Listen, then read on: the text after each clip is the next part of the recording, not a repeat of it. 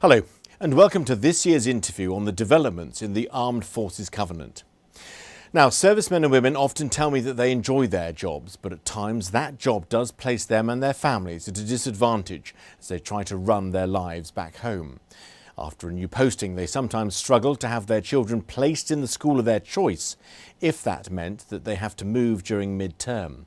Their spouses and partners can find it challenging to build their own careers, especially because of constantly having to move home.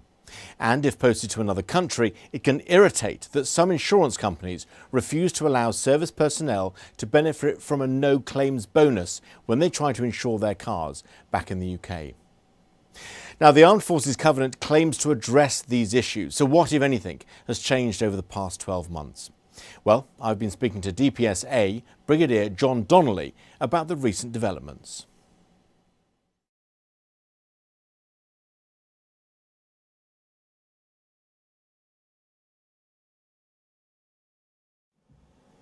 Brigadier, the Armed Forces Covenant is something which you believe and the Army believes is important for the relationship between those in the Armed Forces and the nation. Just start by explaining to us, remind us again, what is the Armed Forces Covenant? Well, the Armed Forces Covenant is an obligation by the nation to support its armed forces and to ensure that the armed forces and their families don't suffer any disadvantage as a result of serving the nation as part of their armed forces. But why should they be at disadvantage? You would have thought that the nation itself actually values its armed forces, certainly after the Afghan campaign. Well, the nation does recognise its armed forces, which is why the support for the Covenant, particularly with community covenants, has been so strong.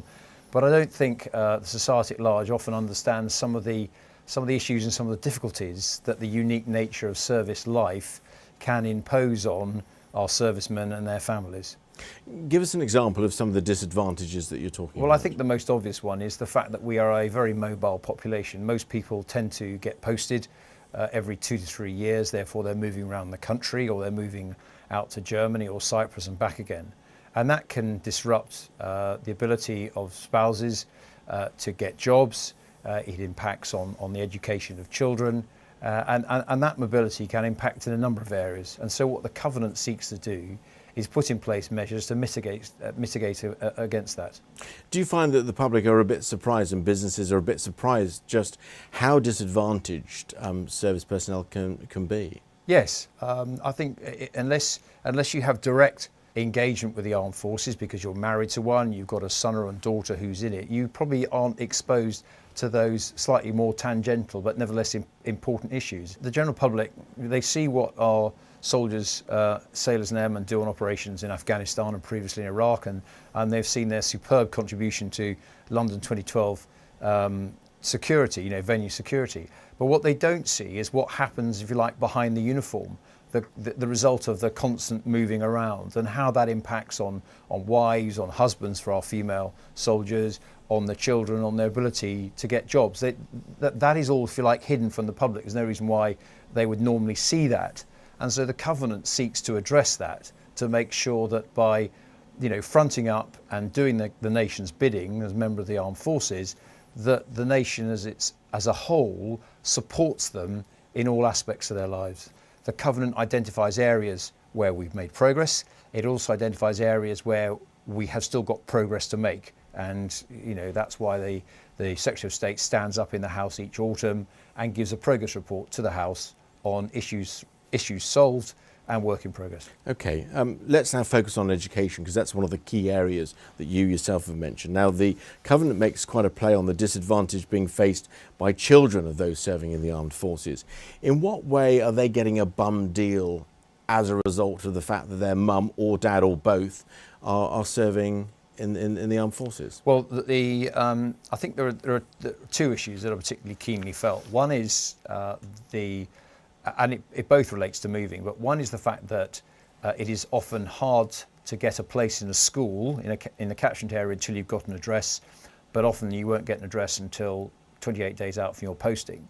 And of course, servicemen like to plan ahead because we do planning, and you tend to get at least 6 months' notice of a posting. So therefore, quite rightly, we want to try and get our children into the right school in the right area as early as possible, not least to give them a degree of certainty so they know where they're going and they can start to think about making new friends.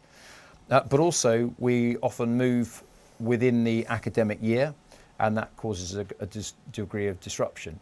And therefore, the service pupil premium is a way of helping the schools actually provide additional support to help our children integrate quickly and effectively into the schools that they move in and out of. And that's given to a school? That's given to the school, and that's provide them with additional support to help them integrate service children. What sort of support do they need? They just well, simply it might be more tick a teaching box, assistants, don't etc. they? Oh, right. Because don't forget, if you've got an influx of children in and out, that's disruptive, not only for those children, but of course for the other children in the school catchment area. Now, the whole of the covenant says that it deals with disadvantage. It doesn't give somebody the edge, doesn't give somebody an extra benefit that people in Civilian Street get. And yet we all know that parents these days fight tooth and nail and use all sorts of strategies to make sure that their children get into the right school, that they are accepted at the point of admission, and that things go very well for them. And yet, in some ways, some people might say, well, just because you're a serving member of the armed forces, that your children, as it were, get preferential treatment. How do you answer that? Well, we don't get preferential treatment, we just get a level playing field. That's all we ask for, and that's all we get. But you're saying that a child coming in there is an extra channel, an extra conduit for them to actually get into a school, whereas that's recognising that our children often get very limited amount of time or notice that they're moving, and therefore the parents have, additional challenges that civilian parents don't face to get our children to the right schools. I suppose the civilians don't have those challenges. Correct. Right. And also the additional money that allows additional resources for the school. That's not just directed at the service child. That helps the service child integrate with the civilian child. So actually, that benefits everybody. It allows them to establish good and lasting friendships.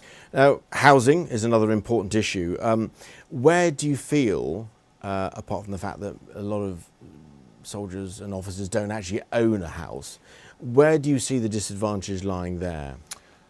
The fact that we move a lot tends to mean that you use service accommodation, as buying and selling houses every 2 to 3 years can be quite expensive, and it's quite time consuming, and also depending from which part of the country you move to, it can be there's a disparity in the values, and of course what happens if you move overseas. So therefore most people tend to rely on service accommodation. That means that if you're going to buy your own house, you're probably into the rental game.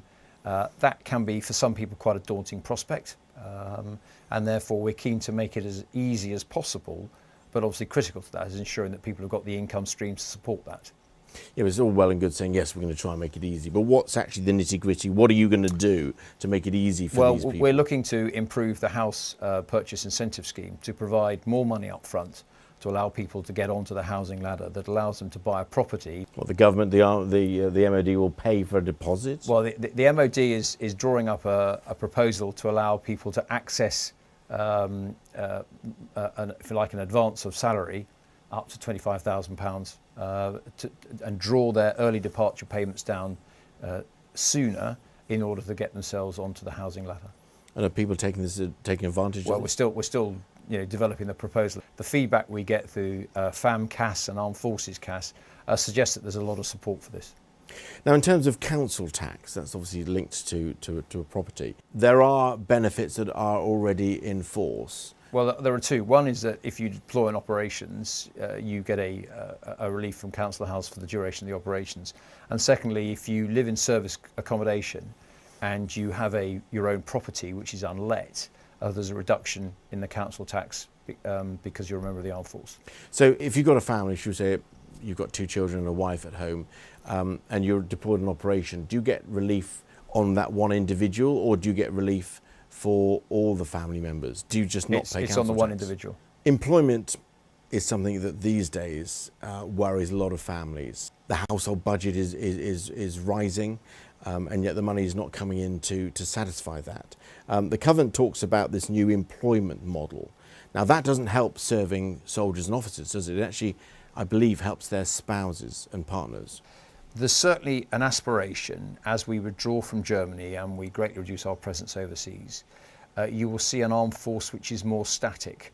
We will not move as routinely as we have done in the past, but there is still a requirement for a percentage of our people to remain mobile, and that will be supported in terms of allowances, etc., to deliver that. But I think there is likely to be greater stability, which will provide greater opportunity for wives and husbands of service women to have a career and have a meaningful career, rather than having to take a job that they have to change every couple of years, which limits their ability to get promoted and move and develop their own career in areas that they would wish. That's not an employment model, that's just a byproduct of the army moving out of Germany. The army has been aware for a number of years that one of the consequences of mobility is it is difficult for partners to develop their own careers because of the requirements to move, and that if they do that, then families are often faced with the choice of serving accompanied and compromising a career, or serving married unaccompanied in order to allow their spouse to develop their career.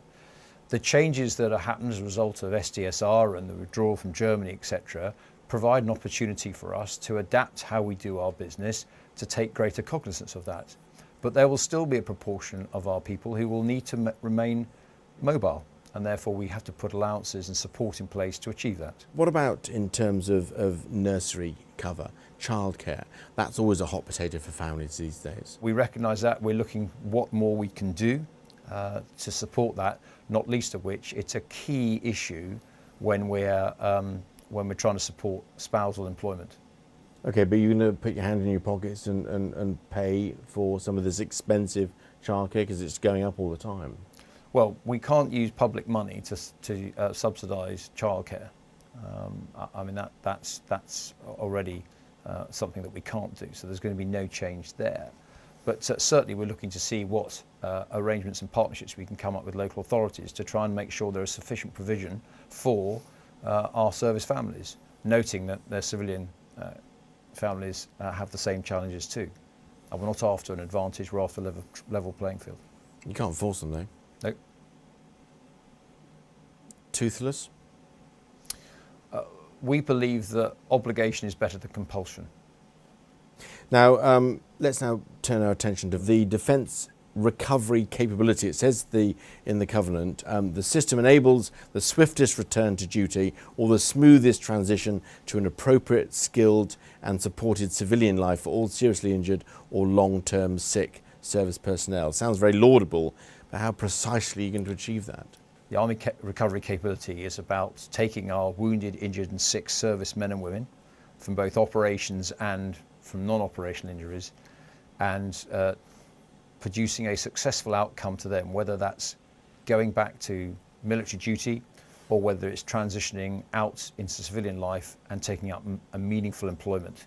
And indeed, for those that have left so far, we've achieved about an 85% strike rate, about 450 people who have left and are in meaningful and gainful employment, having transitioned through the Army recovery capability. So how do you do that though? It's all well and good saying we'll do our best. Well, but how are you going to do that? Army recovery capability is a partnership between ourselves, Help for Heroes, and the Royal British Legion.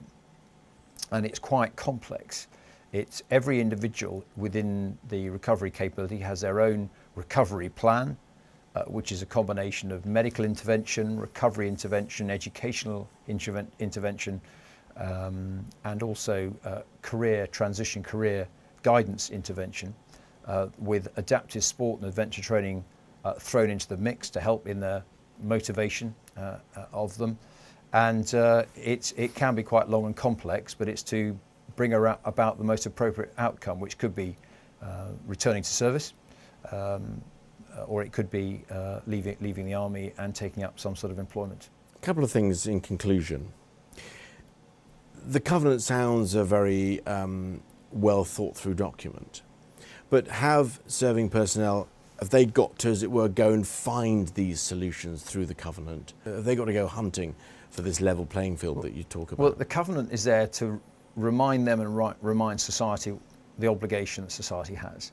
So where a serviceman comes up against a problem, it might be that at an individual level they can quote the Covenant at the local education authority or the devolved administration and actually get get the issue unlocked at their level, or it might be that we have to engage at a higher policy level in order to do that, to remind various government departments what their obligations are. What about helpline? If people want, as you say, if they get stuck, you sort of implied that at a different level somebody else will get involved. Well, then the chain of command would. So it's through the chain of command. Yeah. There's no sort of set number that We they don't have can a covenant call. helpline, no. Right. Okay. Would that not be a good idea?